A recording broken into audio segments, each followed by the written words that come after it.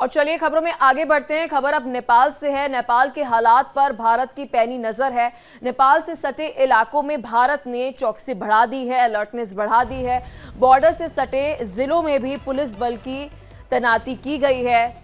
ये बड़ी खबर आपको बता रहे हैं। 2 दिन के हिंसक प्रदर्शन के बाद अब इंडिया भी अलर्ट पर है, क्योंकि एक तरफ नेपाल बॉर्डर्स की अगर हम बात करें, जिसमें उत्तराखंड, उत्तर प्रदेश, बिहार जैसे राज्य हैं, यहाँ पर आपको बता दें इन सभी राज्यों में अलर्टनेस बढ़ा दी गई है। ये खबर आपको नेपाल बॉर्डर से बता रहे हैं। तो वहीं यूपी के सिद्धार्थनगर में भी पड़ोसी देश नेपाल में हिंसा होने के बाद सुरक्षा एजेंसियां अलर्ट मोड पर है। यहां पर एसएसबी जवान नेपाल से आने और जाने वालों की कड़ी जांच कर रहे हैं। आइए जानते हैं लोगों का इस दौरान क्या कुछ कहना है।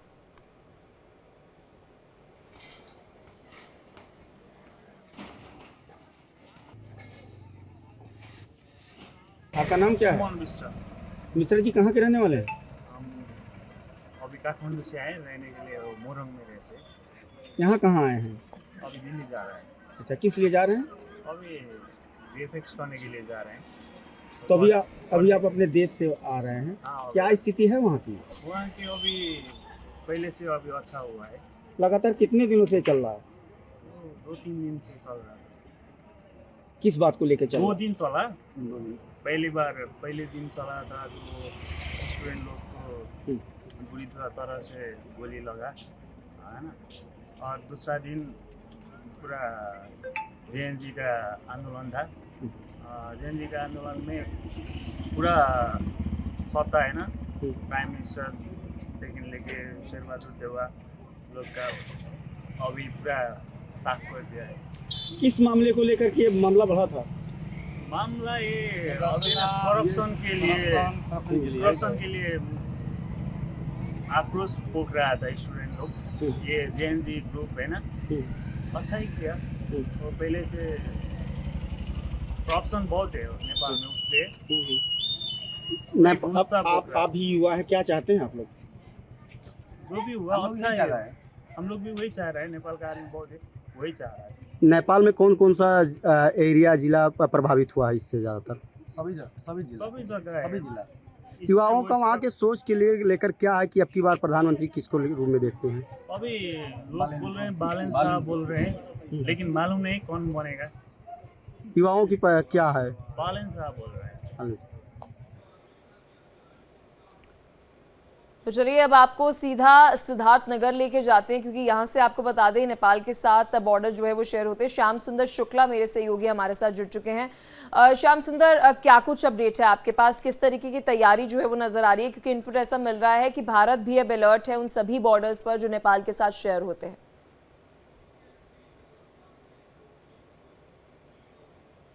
तकरीबन 68 किलोमीटर खुली बॉर्डर है। और इस पर अगर हम बात कर लें कि अगर चौक जब से आंदोलन हुआ है, आंदोलन के बाद ये हिंसा में जब बदली है, तो कहीं ना कहीं लगातार जिस तरीके से सिद्धार्थनगर जिला पूरी तरह से अपनी निगाह बनाकर बॉर्डर एरिया पर रखा था। और जिस तरीके से जब हिंसा हुआ उसके बाद तख्ता पलट हुआ, कई जिस तरीके से घटनाएं देखने को मिली है 2 दिनों के बीच में। और इस समय नेपाल में कर्फ्यू लगा दिया गया है, तो जिला प्रशासन जो है, जिला के जिलाधिकारी है, एसपी और वहीं जो एसएसबी के कमांडर हैं वो लगातार देर रात वहाँ बॉर्डर एरिया का निरीक्षण किए हैं। जो चेक पॉइंट बनाए गए हैं, अलग अलग चेक पॉइंट का निरीक्षण किए गए और आवश्यक दिशा निर्देश दिए गए। आपको बता दें कि वहाँ पर सुरक्षा व्यवस्था को लेकर भी हाई अलर्ट जारी कर दिया गया। सुरक्षा एजेंसियां भी अलर्ट मोड पर है।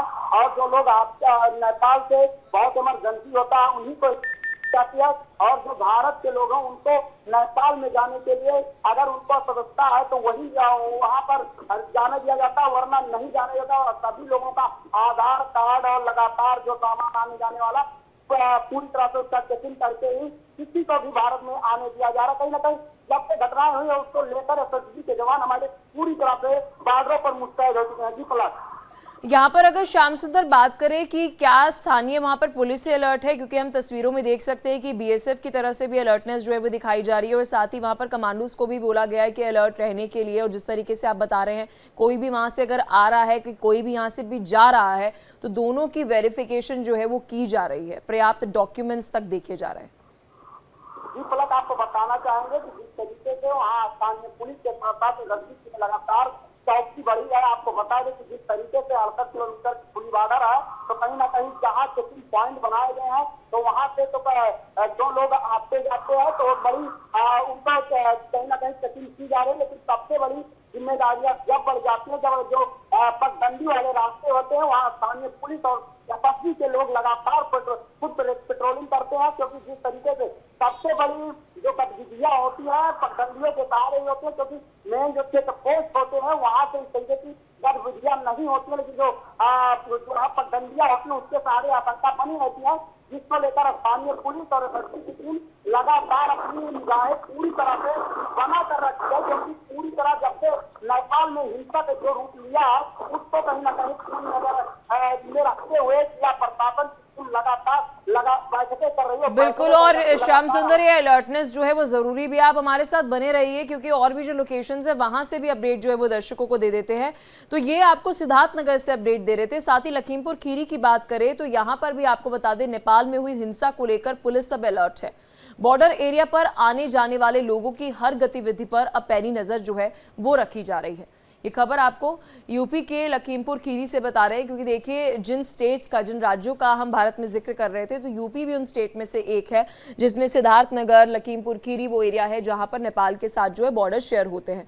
तो यहाँ पर भी आपको बता दें कि अलर्टनेस जो है वो बढ़ा दी गई है, यानी कि कोई भी घुसपैठ करने की यहाँ पर कोशिश ना करे, या फिर अगर यहाँ पर कोई आ भी रहा है नेपाली या यहाँ से कोई जा भी रहा है तो उसके पर्याप्त डॉक्यूमेंट्स जो है, वेरिफिकेशन जो है, आइडेंटिटी प्रूफ जो है वो चेक किए जा रहे हैं।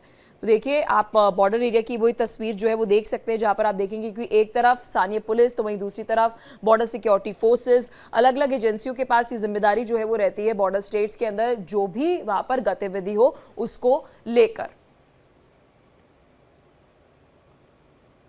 तो देखिए एक तरफ लखीमपुर खीरी, साथ ही बात करें सिद्धार्थनगर की, लेकिन साथ ही आपको बता दें कि नेपाल में हिंसा को लेकर अलग अलग एरियाज जो है यूपी में वहां पर अलर्टनेस नजर आ रही है। महराजगंज की बात करें तो यहां पर भी बता दें कि बॉर्डर पर सुरक्षा व्यवस्था को लेकर तैयारियां जो है वो की गई हैं।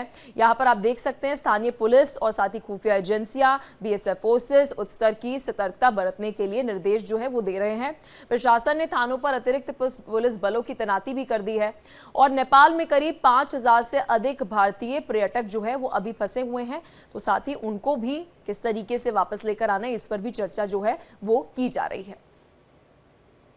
क्या नाम है आपका, कहाँ के रहने वाले? मोरपाल नाम है, शाहजहानपुर के रहने वाले, जिला शाहजहानपुर। दिल्ली से, इधर से रिफंड लोड है गाड़ी में। कल से खड़ा हुआ इधर, 2-3 दिन हो गए इधर फिलहाल। तो यहाँ से गाड़ियाँ यहाँ जलाई जा रही हैं, तोड़ फोड़ करी जा रही है और ये नेपाल वाले निकलने नहीं दे रहे हैं। तो मैं ये चाह रहे हैं कि जितनी भी इंडिया गाड़ी हैं सब इंडिया में पहुँचाई जाए, क्योंकि यहाँ पे जो सरकारी गाड़ी चला रहे हैं, प्राइवेट गाड़ी क्या वैल्यू है। जब छोटी गाड़ियों में आग लग रही है तो अपना आप से आग पकड़ लेगी, तो बड़ी गाड़ियों में भी आग लग जाएगी। सब गाड़ियों में डीजल भी फुल है, जो सीएनजी गाड़ी है उनमें सीएनजी भी फुल है, क्योंकि आगे तो मिलेगी नहीं, सब अपने इंडिया से लेकर बाहर निकलते हैं। देखिए तस्वीरें आप देख सकते हैं, ये आपको उन सभी बॉर्डर एरिया से दिखा रहे हैं। उत्तर प्रदेश के महाराजगंज, सिद्धार्थनगर की तस्वीर आपको दिखाई, लखीमपुर खीरी की तस्वीर आपको दिखाई कि जिस तरीके के हालात वहां पर बने हुए हैं और अलर्टनेस जो है वो वहां पर दिखाने की कोशिश जो है वो की जा रही है, क्योंकि एक तरफ उत्तराखंड, उत्तर प्रदेश और साथ ही बिहार जैसे वो राज्य है जहां पर नेपाल के साथ बॉर्डर जो है वो शेयर होते हैं और इस वजह से यहाँ पर अतिरिक्त पुलिस बल की तैनाती, बॉर्डर सिक्योरिटी फोर्सेस, ये सभी जो है वो अलर्ट मोड पर नजर आ रहे हैं और देख सकते हैं आपस में तालमेल बैठाते हुए स्थानीय लोगों के साथ भी बातचीत जो है वो की जा रही है। पूरे डॉक्यूमेंट्स की वेरिफिकेशन जो है वो की जा रही है, क्योंकि अभी भी नेपाल में जो स्थिति है वो बहुत चिंताजनक बनी हुई है। पहले तो 7 शहरों में ही केवल कर्फ्यू था, पूरे देश में कर्फ्यू जो है वो लगा दिया गया है, क्योंकि एक तरफ सरकार का गिर जाना और फिर उसके बाद सारी जो अभी कमान संभाली हुई है वो नेपाल की सेना ने संभाली हुई है। स्थानीय लोगों में अभी भी आक्रोश है, क्या फिर नए सिरे से क्या कुछ चुनाव होंगे या फिर कोई नया एक सरकार बनते हुए नजर आएगी या फिर नया अलायंस होगा, बहुत सारे देखिए सवाल है। लेकिन इस बीच जो बेस्ट पॉसिबल वे भारत की तरफ से अपनाया जा रहा है वो ये है कि नेपाल के साथ जितने भी शेयर्ड बॉर्डर्स हैं वहां पर अलर्टनेस जो है वो बढ़ती जा रही है। और तस्वीरों में आप स्पष्ट तौर पर देख सकते हैं कि यूपी के सिद्धार्थनगर की ये तस्वीरें, जहां पर आप देखेंगे किस तरीके से वहां पर स्थानीय पुलिस और बॉर्डर सिक्योरिटी फोर्सेस की तैनाती जो है वो की गई है कि किसी भी तरीके से कोई अप्रिय घटना जो है वो भारत में बॉर्डर एरिया में नहीं होनी चाहिए, क्योंकि इस समय हम देखते हैं क्योंकि किसी भी देश में अगर कोई टेंशन हो, सिविल वॉर हो या कोई तनाव की स्थिति बनी हो, तो उस वक्त सबसे ज़्यादा पलायन जो है वो पड़ोसी देश में ही होता है। तो अभी कोशिश जो है वो यही की जा रही है कि अवैध तरीके से घुसपैठ जो है वो ना की जाए। अब अगर महाराजगंज की बात करें, वहाँ पर भी ऐसी स्थिति बनी हुई है। उपेंद्र राय मेरे सहयोगी हमारे साथ महाराजगंज से फोन लाइन पर जुड़ चुके हैं। उपेंद्र, क्या अपडेट है आपके पास? किस तरीके की तैयारियां आपको बॉर्डर एरिया पर ग्राउंड जीरो से महाराजगंज में नजर आ रही है? जी बिल्कुल, बता दें पड़ोसी देश नेपाल में जारी हिंसक प्रदर्शन और अराजकता स्थिति को देखते हुए भारत नेपाल के अंतर्राष्ट्रीय सीमा सोनौली बॉर्डर पे सुरक्षा के पुख्ता इंतजाम किए गए हैं। पल पल पे जो है प्रशासन जो है नजर बनाए हुए सुरक्षा एजेंसियां तैनात कर दिए गए हैं और जो भी आवागमन है उसको रोक दिया गया है। सिर्फ पैदल जो है लोग आ जा रहे हैं, जो भी मालवाहक गाड़ियां हैं, टूरिस्ट गाड़ियां हैं, सबको रोक दिया गया है। इस समय जो है भारतीय पर्यटक जो है नेपाल में लगभग 5000 के करीब फंसे हुए हैं। जी, साथ ही अगर उपेंद्र बात करें कि जो भारत के नागरिक वहां पर फंसे हुए हैं, उन्हें वापस आने को लेकर लाजमी सी बात है कि अभी कोई चर्चा तो हो ही रही होगी, लेकिन क्या वहां से हम देख रहे हैं कि पहले ही भारतीय नागरिक जो है वो वापस आ रहे हैं? इस तरीके कोई आपके पास इनपुट है? जी बिल्कुल, बता दें जो भी भारतीय पर्यटक हैं वो कहीं ना कहीं किसी रास्ते से जो है पैदल निकल रहा है, पैदल आवागमन चालू है, लेकिन उनकी गाड़ियां जो है भारत में एंट्री नहीं दी जा रही है। जी, और किस तरीके से वहाँ पर वेरिफिकेशन जो है वो डॉक्यूमेंट्स का किया जा रहा है? क्योंकि कहा जा रहा है हर किसी के आइडेंटिटी कार्ड्स जो हैं वो चेक किए जा रहे हैं, फिर उसके बावजूद ही उसके बाद ही वहाँ से आना जाना किया जा रहा है। यानी कि अगर यहाँ से अगर किसी को नेपाल जाना है या फिर नेपाल से किसी को यहाँ पर आना है। जी, बता दें कि जो भी पर्यटक हैं वो पहले सीमा पे आ रहे हैं, उनकी जांच बाकायदा की जा रही है, उनका आइडेंटिटी कार्ड वेरीफाई किया जा रहा है, उसके बाद से उनको भारत में एंट्री दिया जा रहा है। उपेंद्र, साथ ही जानकारी ये भी मिल रही है कि स्थानीय पुलिस जो है वो भी अलर्ट मोड पर नजर आ रही है। तस्वीरों में हम देख सकते हैं महाराजगंज में कि एक तरफ बॉर्डर सिक्योरिटी फोर्सेस और स्थानीय पुलिस भी पूरा सहयोग जो है वो दे रही है। जी बिल्कुल, बता दें कि पुलिस जो है जितनी बॉर्डर चौकियां और बॉर्डर थाने वहाँ अतिरिक्त बल बढ़ा दिए गए हैं पुलिस के, और चप्पे चप्पे पे जो है सुरक्षा के एसएसबी के जवान और पुलिस की संयुक्त टीम जो नजर बनाई रखी है। ठीक है उपेंद्र, बहुत शुक्रिया, आपने विस्तार से इस खबर पर जानकारी दी। यूपी के महाराजगंज से मेरे सहयोगी हमारे साथ जुड़े थे, अपडेट हम तक पहुंचा रहे थे। उनका ये कहना था कि देखिए कि वहां पर बीएसएफ और साथ ही जो स्थानीय पुलिस है वो किस तरीके से जो भी लोग वहां से आ रहे हैं या जा रहे हैं उन पर पूरी आइडेंटिफिकेशन जो है, उनकी आईडी कार्ड्स जो है वो चेक किए जा रहे हैं। और ये तस्वीरें जो है वो यूपी के सिद्धार्थनगर से इस वक्त आपकी स्क्रीन पर है, क्योंकि देखिए अलग अलग लोकेशंस जो है वहाँ से आपको अपडेट हम पहुँचा रहे हैं कि किस तरीके की तस्वीरें जो है वो सामने आ रही हैं। अब यूपी के सिद्धार्थनगर की अगर हम बात करें तो लगातार मेरे सहयोगी श्याम सुंदर हमारे साथ जुड़े हुए हैं। श्याम सुंदर, क्या अपडेट है आपके पास? क्योंकि देखिए अभी महाराजगंज से हमारे जो सहयोगी हमारे साथ जुड़े उन्होंने बताया कि यहाँ पर हर किसी का आइडेंटिटी कार्ड जो है वो चेक किया जा रहा है।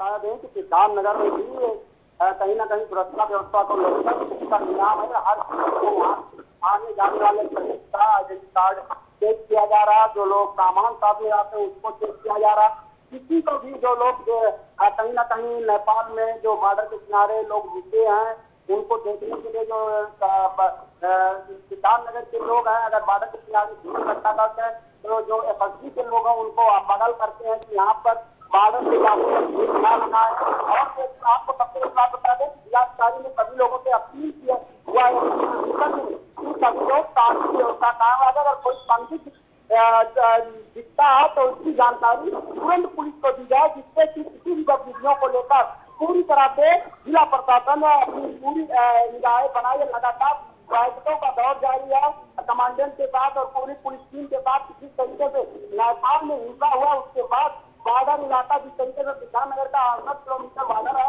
तकरीबन उसको किस तरीके से पूरी मुस्तैदी रखी जाए और जिससे कि किसी प्रकार के लोगों को दिक्कत ना हो। और पूरी निगाहें जो है जिला प्रशासन बॉर्डरों को बनाए हुए है और खुफिया एजेंसियां भी लगातार अपनी जो है निगाहें पूरी बनाकर रखी है। जी पलक। श्याम सुंदर, अगर हम बात करें वहां से जो लोग आ रहे हैं, अगर आपने उनके साथ बातचीत की हो, जो नेपाल के रहने वाले हैं, उनका क्या कुछ कहना है? मतलब किस तरीके की स्थिति वहां पर बनी हुई है, उनका क्या कुछ कहना है? और जो नई सरकार का गठन होगा या कौन मुखिया होगा, क्या वहां पर वो लोकतंत्र चाहते हैं या राजतंत्र चाहते हैं, उन लोगों का क्या कुछ कहना है? क्योंकि अभी मैं आपकी रिपोर्ट भी देख रही थी, आप कई लोगों के साथ बातचीत कर रहे थे। जी पलक, आपको बताना चाहेंगे कि जिस तरीके से वहाँ देखा गया कि पहले जब राजधानी थी, उसके बाद तकरीबन 16-17 सालों में लोकतंत्र जब हुआ तो कहीं ना कहीं कई सरकारें आई और कई सरकारें गई, लेकिन इस बार जो वहाँ का घटनाक्रम देखने को मिला तो कहीं ना कहीं जो युवा वर्ग है वहाँ का नेपाल का, वो एक अलग अपना जो वालेंद्र शाह है उनको लेकर एक अलग अपना कह रहा कि उनको हमको चाहिए। क्योंकि जब हमने लोगों से बात की कि नेपाल के काठमांडू में स्थिति जिस तरीके से देखी गई है, उसके बाद नेपाल के किन जिलों में ये स्थिति है, तो वहाँ के लोगों का कहना था कि ये नेपाल के तकरीबन सभी जिलों में स्थिति बनी हुई है और अभी भी जो जैन है उनकी मांगे पूरी नहीं हो रही है इसको लेकर। लेकिन तरकुज जिस तरीके से नेपाल में लगा दिया स्थिति को नियंत्रण करने में, क्योंकि जिस तरीके से देखा गया है कि स्थितियाँ कल काफी बिगड़ी है, उसको लेकर भी सेना जब उतर गई है तो कहीं ना कहीं स्थितियाँ को कंट्रोल करने में। लेकिन युवा जो वहाँ का सोच रहा है, युवा ये सोच रहा है कि लोकतंत्र में वालेंद्र शाह को लेकर आने की लगातार प्रयास लगा रहा है, उनकी सोचे है क्योंकि लगातार युवा वर्ग से मेरी जब बात हुई तो युवा वर्ग का जो एक सोच है वो सामने निकल कर रहा है। श्याम सुंदर, अगर एक बात ये भी है कि वहाँ के जो लोग हैं या जेनजी कह लें, अभी भी आक्रोशित नजर आ रहे हैं। मतलब उनकी कल तक जो मांग थी मौजूदा सरकार को लेकर वो तो हट गई, लेकिन अब क्यों आक्रोश नजर आ रहा है? मतलब अभी भी वहां पर हम देख रहे हैं कि प्रदर्शन जो है वो हो रहा है, स्थिति जो है वो तनावपूर्ण बनी हुई। जिस तरीके से वहाँ देखा गया तो पिछले दिनों में काफी हिंसक हुई और हिंसक में कुछ लोगों की मृत्यु होने की भी संभावना जिस तरीके से जताई गई थी और लोग उसको लेकर भी वहाँ का युवा अभी भी ये बता रहा है। जिस तरीके से जब बात किया गया तो उनका कहना है कि जो जैन है उनकी मांग अभी भी बाकी है, लेकिन सरकार जिस तरीके से हटाने को लेकर थी तो उनको कहीं ना कहीं कामयाबी मिली, लेकिन जिस तरीके से वहाँ हिंसक रूप देखा गया वो काफी दुर्भाग्यपूर्ण रहा है। क्योंकि जिस तरीके से देखा गया उसको लेकर सेना उसके हाथ में हाथ करता है तो ले चुकी है और लगातार लगा है। लेकिन वहाँ के कुछ लोग जो भारत आए हैं उन्होंने ये स्थिति बताई, लेकिन वहाँ की स्थिति अभी भी चिंताजनक है। लेकिन जिस बिल्कुल, और अभी भी श्याम सुंदर वहां पर आक्रोश जो है और साथ ही प्रदर्शन जो है वो देखने को मिल रहा है। बहुत शुक्रिया, आपने विस्तार से इस खबर पर जानकारी दी। खबर पर नजर आप बनाए रखना, जो भी अपडेट होगी हम आपसे लेते रहेंगे।